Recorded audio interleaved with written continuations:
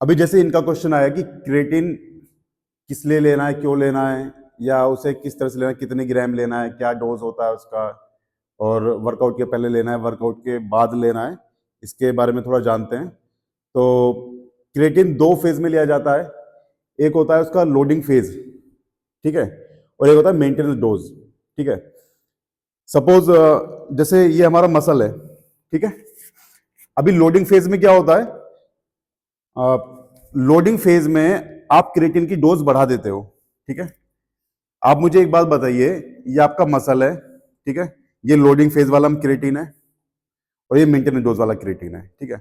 अगर हमें इस बोतल को भरना है तो इससे जल्दी भर जाएगा या इससे जल्दी भर जाएगा? कैन से भरेगा ना।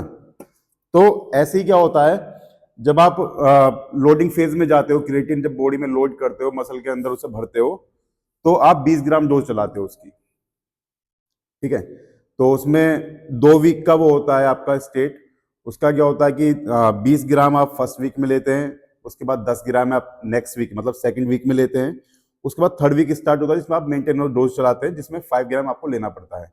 तो फर्स्ट वीक में जब आप लेना स्टार्ट करते हैं 20 ग्राम, तो आप मसल को भर रहे हैं, ठीक है, सैचुरेट कर रहे हैं उसे, ठीक है, ताकि रिजल्ट जल्दी आए, ठीक है। अगर आप इससे भरेंगे 5-5 ग्राम से, बुरा ये भी नहीं है, लेकिन रिजल्ट में थोड़ा डिले होगा, कि जब मसल पूरा भर जाएगा तब वो रिजल्ट देगा, ठीक है। इसलिए अगर आप चलाना चाहें जल्दी रिजल्ट के लिए, बेस्ट रिजल्ट के लिए, तो आप फिर लोडिंग फेज में जाइए। अगर आपको लगता है कोई नहीं, छोटा मोटा अगर डिले होता है तो मुझे कोई फर्क नहीं पड़ता, तो आप लोडिंग फेज में जाकर मेंटेनेंस डोज पे जाइए, जो 5 ग्राम्स की होती है, ठीक है। अभी क्रिएटिन लेना जरूरी है नहीं है, मुझे लगता है जो मसल गेन जितने भी करना चाहते हैं उन सबको क्रिएटिन लेना चाहिए, क्योंकि ये आपका एक्सप्लोजिव स्ट्रेंथ भी देता है और इंडायरेक्टली मसल गेन में हेल्प भी करता है। सपोज आप कोई वर्कआउट कर रहे हैं जिसमें आपकी कोई एक्सरसाइज है जिसमें आप 5 रेप्स निकाल पा रहे हैं, सपोज बेंच प्रेस है, ठीक है, आप बेंच प्रेस कर रहे हैं, उसमें आपने 5 रेप्स लिए, ठीक है, और आप बिना क्रिएटिन के हैं, तो क्रिएटिन इतना फर्क दे सकता है, आपका 1-2 रेप एक्स्ट्रा निकलवा देगा, आपका वहां पर छठा या सातवां रैप आ सकता है अगर आप क्रिएटिन पर हो। क्योंकि क्रिएटिन क्या करता है, अगर आपने थोड़ा साइंस पढ़ा हो तो एटीपी होता है, एडिनोसिन ट्राइफॉस्फेट, ठीक है, तो वो एनर्जी करेंसी होती है।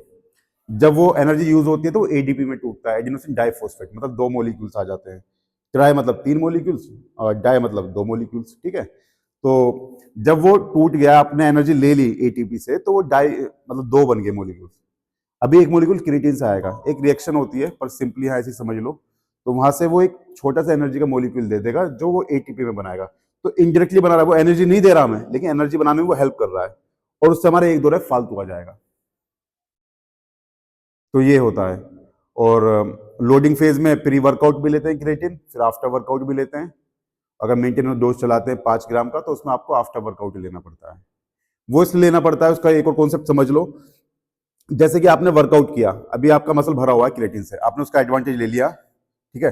वो कुछ जैसे मैंने ये बताया कि ये मसल है, थोड़ा बहुत तो खाली हुआ होगा ना वो क्रिएटिन जो आपने यूज कर लिया, ठीक है। अभी वर्कआउट कंप्लीट हो गया है, जब आप वर्कआउट कंप्लीट हो गया तो आप उसे भर लोगे, ठीक है। तो मसल फिर नेक्स्ट डे के लिए तैयार हो गया, उसे पूरा भर लिया। समझ पा रहे हो मेरी बात? और क्रिएटिन क्या है, रिकवरी में भी हेल्प करता है। तो मसल जब आपका वर्कआउट हुआ तो रिकवरी में भी हेल्प करेगा, जो मसल में से वो थोड़ा खाली हुआ तो भर जाएगा, ताकि नेक्स्ट डे के लिए आप प्रिपेयर हो गए हो।